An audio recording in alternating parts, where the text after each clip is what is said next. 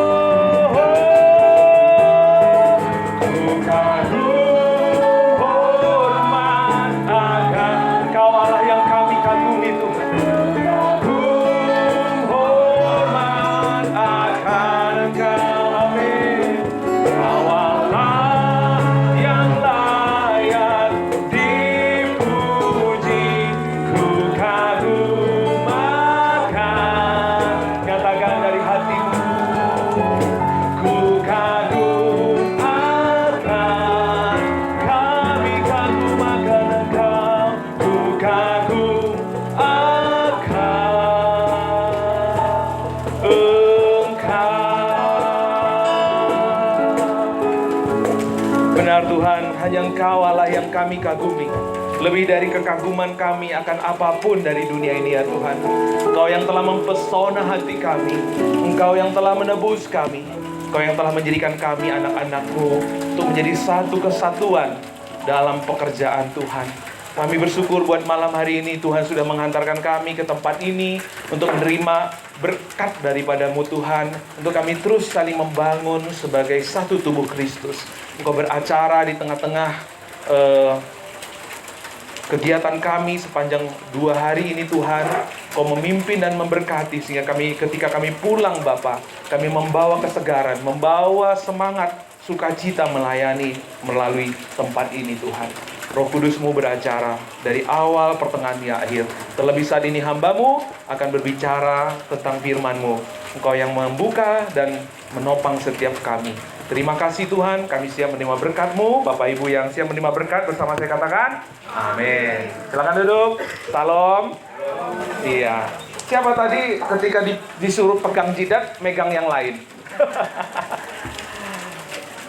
Disuruh megang hidung, megang apa? Megang telinga atau memegang yang lain. Sepertinya ada tidak sinkron ya antara perintah kepala dan juga organ-organ yang lain. Puji Tuhan. Apa kita coba sekali lagi ya? Tapi kayaknya beda kalau dia yang pimpin sama saya yang pimpin beda ya. Kalau dia seru ya, kalau saya bisa kaku. Boleh kita coba sekali lagi ya. Oke, putar-putar ya Bapak Ibu ya. 1, 2, angkat tangannya.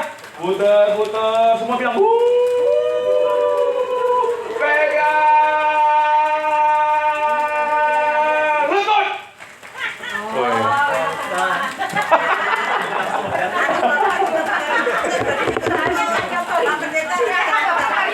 Oh, ulangi.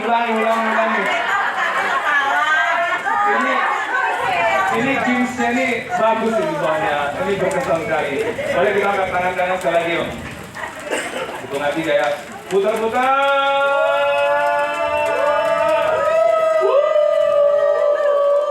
Pegang kantong. Mana kantongnya? Itu tadi ya Pak. Oke. Baik.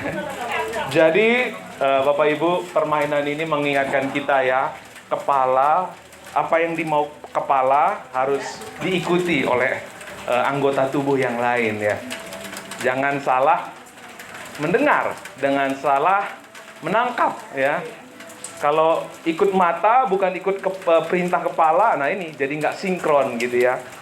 Hari ini kita akan belajar bersama-sama, tapi pertama kita tepuk tangan dulu buat panitia. Luar biasa. Terima kasih ya, kita bisa menikmati kebersamaan yang indah. Kalau bisa setahun sekali ya Pak Ketua ya. Setuju Pak Ketua?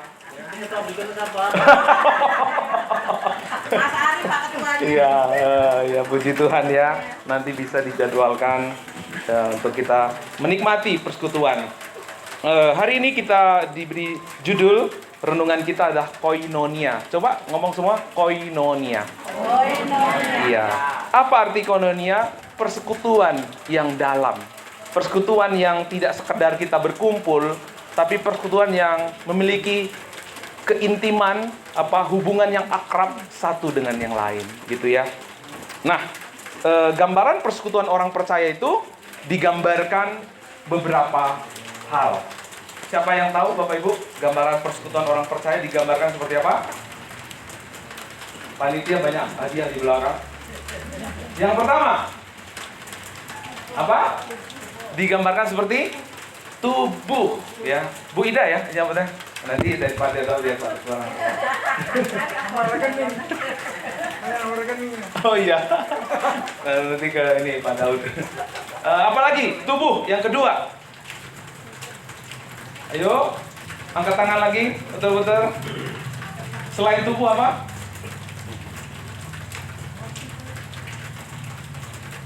Pokok. Pokok anggur ya. Ada akar, ada sarang ya. Ada pokok, ada carang, ada daun ya. Terus apa lagi? Kawanan domba. Di Tuhan sebut kita ini kawanan domba Allah. Nah, sama seperti kawanan domba. Kalau ada domba yang tidak satu kawanan, yang tidak berkumpul dengan kawanan, dia hidup sendiri, apa yang terjadi? Domba itu pasti dimangsa. Ya.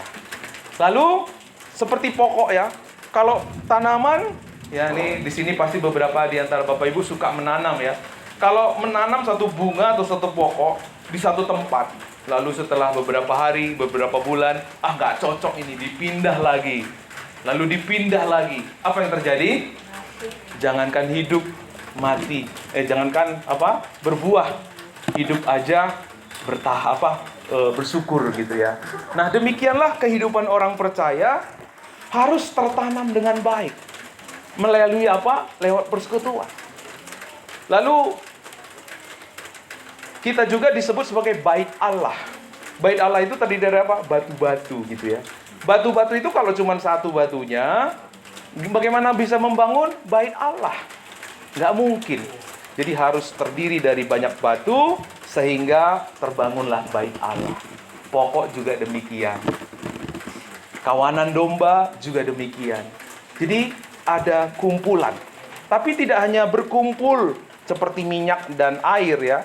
Air kalau dan minyak itu disatukan, nggak menyatu.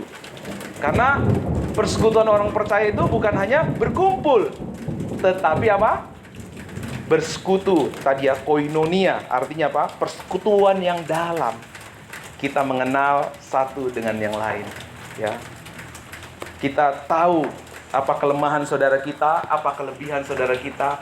Tidak hanya tahu. Bagaimana Bapak Ibu sudah kenal satu dengan yang lain? Amin. Sudah tahu kalau si Anu lewat, parfumnya itu, ini berarti si Dea ini lewat nih. Oh, ini pasti ini Pak Franky yang lewat ini. Dari derap kakinya, dari cara dia ketawa, kita tahu.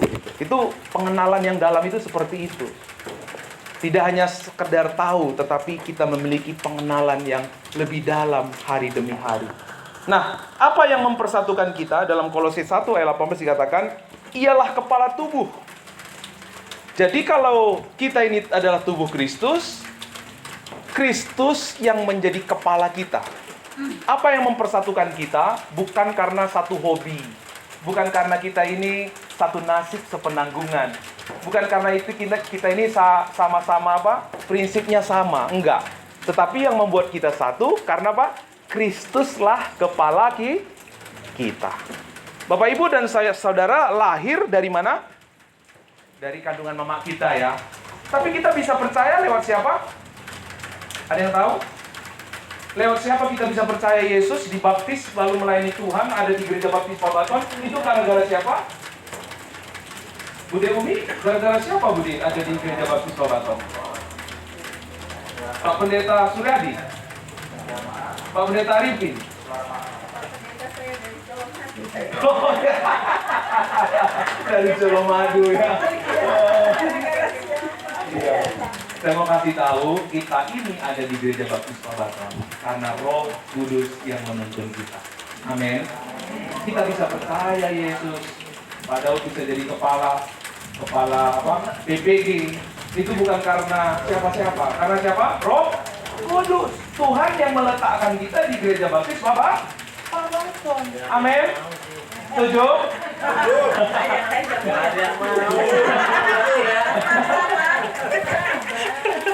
Jadi Bapak Ibu, Jangan diganti ya Pak Franky ya. kalaupun kita harus enggak di gereja baptis Pagaton, itu seharusnya gara-gara siapa?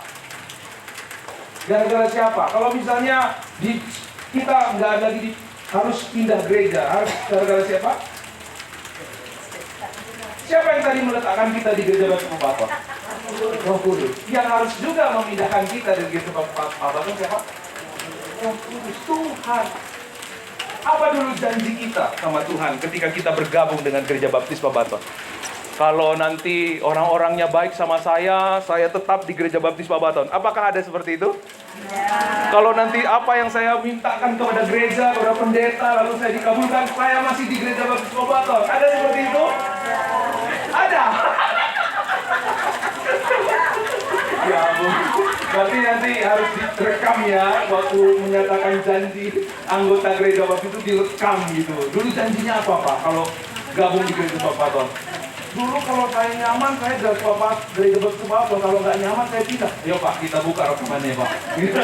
Jadi nggak bisa ngelak lagi ya. Karena ketika menyatakan janji baptisan itu apa? Janjinya apa? Untuk tertanam dengan baik. Seperti pohon, kalau nggak tertanam dengan baik, jangankan berbuah. Yang ada apa? Mati hidup, hidup segan, mati tak mau, enggan gitu. Apa? Hidup segan, mati apa Bude? Mati tak mau, gitu ya. Aduh, setengah hidup Bapak Ibu. Ingat, yang menyatukan kita adalah kepala Kristus. Yang menyatukan Bapak Ibu di gereja bukan manusia, bukan pendeta, bukan siapa-siapa, tetapi adalah kepala, ya. Karena Kristuslah kepala kita. Nah, kalau Kristus kepala tubuh, maka tubuh itu harus hidup dengan cara apa, Bapak Ibu? Kalau kita ini adalah tubuh Kristus, berarti kita ini milik siapa? Berarti kita hidup dengan motivasi siapa? Kristus. Hidup dengan cara siapa? Kristus. Hidup dengan tujuan siapa? Kristus. Bukan dengan tujuan kita, bukan dengan cara kita, bukan dengan maksud kita. Karena apa? Kita ini adalah tubuh Kristus. Bapak Ibu tahu, kalau Kristus itu kepala, teladan kita siapa? Teladan kita Kristus. Jangan bilang seperti si A, si B, tapi seperti Kristus. Bagaimana Kristus mengasihi kita? Bagaimana Kristus bersikap kepada tubuhnya? Pak Derni, seperti apa Pak? Hadiah menanti Bapak dari putranya. Seperti apa Kristus memperlakukan tubuhnya, umatnya? Dengan kasih. Di mana dia membuktikan kasihnya, Pak? Di atas kayu salib. Dan yang jawab bukan Pak Berni. Dan yang Bu Rana nanti siapkan hadiah. Siapa nih? Oh Ida. Puji Tuhan, Bapak Ibu.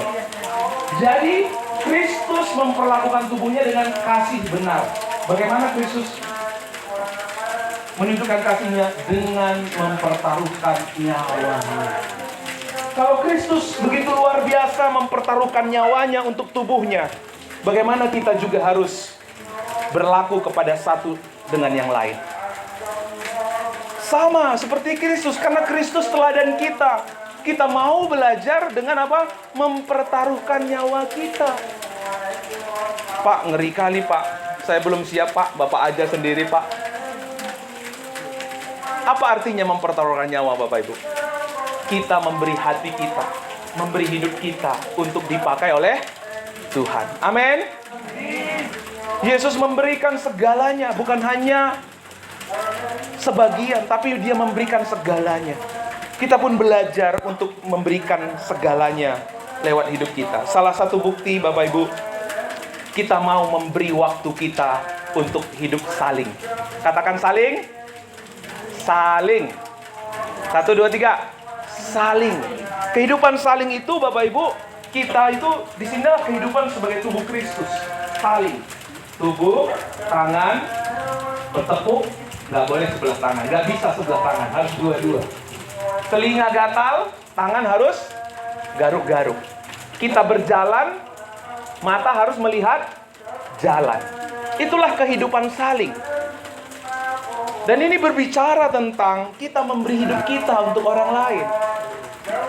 Yesus memberi hidupnya untuk kita, kita pun mau belajar memberi hidup kita untuk orang lain.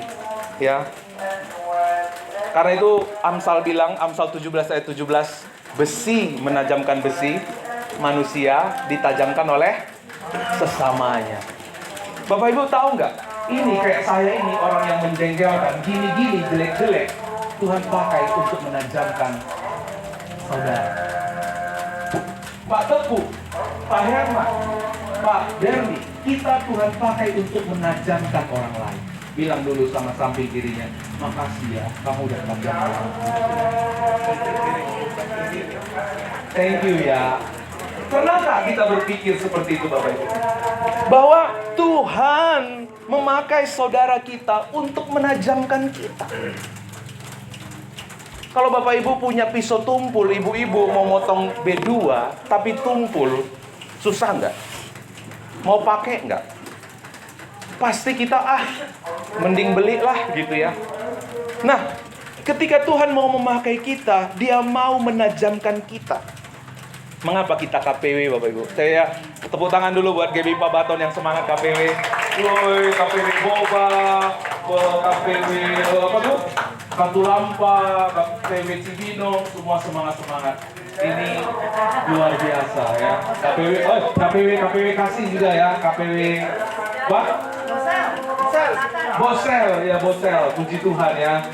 Saya senang sekali Bapak Ibu semangat dalam ber-KPW. Karena apa? Di dalam KPW itu semua akan dilayani dan semua terlayani. Kalau di gereja siapa yang melayani? Ya, yang sudah terlatih. Tapi kalau di Komsel atau di KPW, semua berkesempatan untuk melayani. Semua ada yang didengar, ada yang berbicara, saling mendengar, saling memperhatikan. Kalau Pak Berni ngomong, kita semua dengerin Pak Berni, nggak ada yang main HP. Kalau ada yang punya pergumulan berat, kita menaruh empati, simpati, kita mendengar, kita curahkan hati kita. Wow, saudara, ini adalah tubuh Kristus yang sesungguhnya. Dan saya percaya ketika kita bertumbuh lewat KPW, jiwa penjangkauan kita Tuhan latih, jiwa pemuridan kita Tuhan latih. Jadi di KPW itu semua dilayani, semua melayani, semua memuridkan, semua dimuridkan, semua menjangkau, semua dijangkau. Jadi amanat agung itu dituntaskan lewat KPW. Amin. Saudara terlibat dalam misi besar Allah. Kita dilatih sebagai tubuh Kristus. Ada saling mengasah. Ada orang yang mungkin ngomongnya kita harus belajar mengasihi. Ada orang yang kalau datang itu begini begitu, kita belajar untuk menerima. Kita hanya tidak diterima, tapi kita belajar untuk menerima. Kita belajar untuk menghargai. Sehingga Pak, hari demi hari kita terlatih. Yang pertama Bapak Ibu, saling apa? Saling menerima. Yuk sama-sama kita bilang saling menerima. Saling menerima. Siapa di sini yang tidak suka diterima? Ada? Yang suka menerima? Amin, jujur. Nanti Kak Dea ini ya sebagai panitia kasih hadiah untuk diri sendiri ya. Jujur ya. Coba sekali lagi, saya mau lihat kamera panitia tolong. Siapa di sini yang suka diterima? Jujur, puji Tuhan. Berarti yang lain nggak butuh penerimaan ya. Pak, saya udah diterima Kristus Pak. Saya nggak perlu diterima. Atau siapa di sini suka menerima? Wih, puji Tuhan ya. Pak Ketua kedinginan dia, jadi dia nggak enggan angkat tangan ya.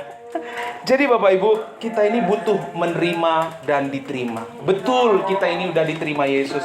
Karena kita sudah diterima Kristus, kekurangan kita, masa lalu kita, ya, Tuhan udah terima kita. Justru itu kita belajar untuk terima orang lain. Menerima orang yang Kalau menerima orang dengan kelebihannya, saya kalau senang ya, kalau kandang bebeknya Cilia itu menerima apa Bapak Ibu? Menerima telur bebek. Tapi kadang-kadang segan juga ya. Tiap ke sana dikasih telur bebek gitu ya. Aduh, kalau saya datang enak nggak ya? Gitu kan. Iya. Nggak boleh, benar Bude. Sejak waktu itu mikir saya untuk datang gitu ya. Nanti dikira kasih telur bebek. Iya. Nah, saudara, karena saya sering dikasih telur bebek, saya asinkan ya, jadi saya bisa bagi-bagi untuk orang lain. Haleluya. Ya nanti ya Bude, sesi berikutnya. Siap. Puji Tuhan.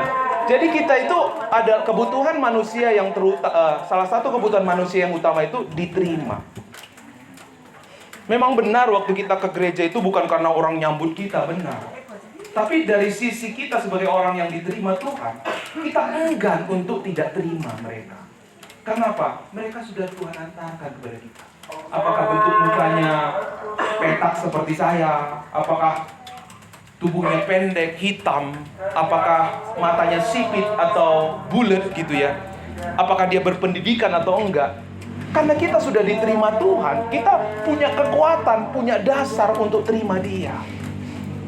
Amin. Waktu ada orang datang ke Indomart, itu penerimaannya luar biasa. Selamat pagi Bapak, selamat berbelanja. Tapi kalau ke gereja, kalau di Indomart itu disambut seperti itu, karena apa? Itu tuntutan dari bosnya. Kalau enggak, nanti dikeluarin gitu. Itu terpaksa. Tapi Bapak Ibu, kita menyambut orang lain bukan karena kita terpaksa, tapi karena kita sudah menyadari, aku pun diterima Tuhan dengan segala kekuranganku, segala masa laluku, kesalahanku Tuhan terima. Aku pun mau belajar terima orang lain. Amin. Bilang dulu dong sama samping kiri kanannya, aku mau belajar menerimamu, friend. Yuk, saling menerima yuk. Ya. Siapa di sini yang punya kekurangan Bapak Ibu? Ada? Joanna nggak punya kekurangan, Kak Joanna? Banyak. Punya ya? Siapa di sini yang punya kelebihan? Ya Bung, nanti pokoknya Opung kalau masak samsang Bung, rahasianya itu Bung. Kalau Opung masak samsang, ingat aja itu Bung, pasti berkurang ya. Menerima kelebihan orang lain itu mudah, betul ya. Tapi kalau menerima kekurangan, kita semua mikir, gimana ya orang ini kok buat begini, buat begitu gitu ya. Masalah terus gitu ya. Tapi itulah bentuk perbedaan kita dengan orang dunia. Orang dunia mudah terima orang lain kalau itu menguntungkan dia. Tapi kita sebagai orang percaya, disitulah wujud kasih Tuhan dinyatakan. Di saat Tuhan memberi, kita belajar untuk menerima orang lain, kekurangan orang lain, menerima kesalahan orang lain. Itu membuat kita hari demi hari serupa dengan Kristus. Di gereja kita akan terlihat Kristus dari cara kita terima orang lain. Makanya saya senang kalau kayak Bude Yuni itu, kalau datang orang baru itu disambut. Mana Bude Yuni? Ada di sini. Oh iya, ada di situ ya. Disambut, dirangkul gitu ya. Itu budaya Bude Yuni itu perlu ditularkan buat kita semua. Supaya apa? Orang menerima, merasakan Kristus lewat penerimaan kita. Yang kedua, saling memperhatikan. Tadi saling menerima itu dari Roma 15 ayat 7. Sebab itu terimalah satu akan yang lain, sama seperti Kristus telah menerima kita. Jadi kalau berbicara tentang penerimaan, kita belajar dari Kristus yang mau menerima kita. Lalu yang kedua, saling memperhatikan. Ibrani 10 ayat 24. Marilah kita saling memperhatikan supaya kita saling mendorong di dalam kasih. Ya, kata-kata simple Bapak Ibu. Tadi waktu pelayan-pelayan Tuhan turun dari mimbar, siapa yang di antara Bapak Ibu yang bilang makasih untuk pelayanannya ya Kak? Makasih ya untuk pelayanannya Pak. Ada? Orang-orang. Bude. Wih, tepuk tangan tuh Bude. Tepuk tangan tuh Bude Umi.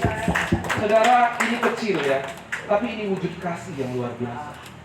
Kalau orang berpikir, Pak, aku itu gimana memperhatikan, aku belum punya mobil, aku belum punya rumah, aku belum punya gajinya, belum 2 digit gitu ya. Hal simple kita bisa lakukan untuk memberi perhatian.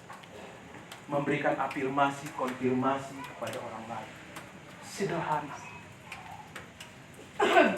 Kadang-kadang kita bingung ya, kenapa? Apa yang harus saya perhatikan lewat orang ini ya? Sulit gitu.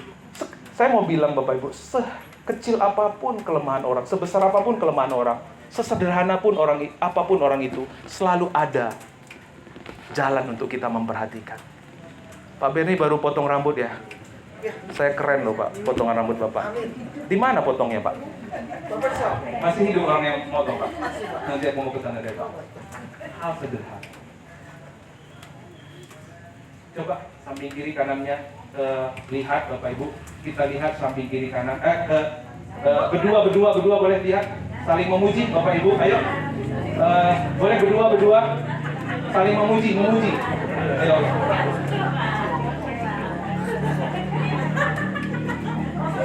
Kita dengar dari Mbak Kesia. Puji apa sama Mas Arif Pak? Gantengnya. Tepuk tangan yang meriah. Dia jujur ya. Mas Arif, puji apa Pak Kesia? Puji syukur. Kurang realistis Mas. Yang realistis dong Pak. Satu aja. Jangan malu. Jangan malu-malu. Satu aja Pak. Pujian ya. Yang satu aja. Asik Puji. tatapannya. Bukan ya. Pujian. Cantik mah udah biasa. Tapi apa penyanyi yang luar biasa. Haleluya, puji Tuhan ya. Ya Bapak Ibu, mari kita belajar untuk saling memperhatikan. Tidak tunggu hal-hal yang besar gitu ya. Hal-hal kecil yuk kita saling memperhatikan. Kita ketawa lepas ya, hal-hal kecil bisa membuat kita lepas. Itu waktu kita ketawa begitu ya, waktu kita mendengar kata-kata positif begitu, itu penyakit-penyakit pada hilang. Amin. Iya, karena bahagia itu adalah obat buat kita semua. Gimana kabarmu? Bagaimana sekolahmu? Kamu udah makan belum? Tadi kamu masak apa? Ya, bajumu hari ini cerah loh. Itu menyejukkan mataku gitu ya. Ya, hari ini senyummu itu mempesonaku. Ya, menguras kantongku gitu, nggak apa-apa, Bapak Ibu. Nah, kita bisa memberikan puji-pujian. Lalu yang ketiga, Bapak Ibu, saling menghargai. Roma 12 ayat 10. Hendaklah kamu saling mengasihi sebagai saudara dan saling mendahului dalam memberi hormat. Jadi, apa bukti kita saling menghargai? Kita lebih berusaha mendahului orang dalam memberi hormat. Tidak tunggu orang lain, dia kan Pak lebih muda dari saya. Saya kan orang lama di sini. Saya kan lebih banyak berkorban. Seharusnya dia dong yang bilang terima kasih sama saya. Dia yang seharusnya nyapa saya duluan. Enggak, saudara. Sebagai orang yang sudah mengalami penerimaan penghargaan dari Tuhan, kita tidak perlu menunggu orang lain untuk menghargai kita. Kita belajar, karena kita sudah duluan menerima penghargaan Tuhan, kita bisa menghargai orang lain. Bukan karena apa yang dia lakukan. Kita mulai dari diri kita, menghargai. Selamat pagi. Ya, kita menghormati, apa kabar? Itu cara kita, Bapak Ibu. Tidak. Kalau kita sudah merasakan bahwa Tuhan kita itu berharga di mata Tuhan, bukan karena prestasi kita, bukan karena pengalaman kita, bukan karena pencapaian-pencapaian kita, kita akan belajar untuk merendahkan diri. Mulai menghargai orang lain. Bukan karena kita, oh dia aja nggak menghargai saya Pak, ngapain saya menghargai? Apa bedanya kita dengan dunia? Justru orang yang nggak menghargai kita belajar untuk menghargai. Karena kita pun sering nggak menghargai Kristus, tapi Kristus buat kita berharga. Dia mati buat kita. Darah Kristus itulah harga diri kita. Harga diri kita bukan lagi apa kata orang. Harga diri kita bukan dari apa yang kita miliki, apa yang kita capai dalam hidup kita. Puji Tuhan kalau kita punya pencapaian yang luar biasa. Tapi jangan pernah meletakkan harga diri kita lewat itu semua. Itu semua panah. Waktu kita nggak punya jabatan lagi, orang nggak lirik lagi, lalu kita mulai nggak merasa berharga. Aduh, aku nggak diterima lagi, nggak dihargai. Mulai sakit-sakitan. Karena penghargaan kita letakkan kepada sesuatu yang panah. Tapi hari ini, saya mau firman Tuhan mengingatkan kita. penghargaan kita seharga dengan darah Kristus. Amin. Ya, sehingga kita bisa belajar untuk menghargai orang lain, bukan karena apa yang dia lakukan. Indah nggak Bapak Ibu kalau kita saling menghargai? Indah sekali. Ya, kenapa orang merendahkan? Ya, kenapa orang justru mencibir? Kenapa orang justru tidak menghargai gitu ya? Karena sering sekali kita menaruh penghargaan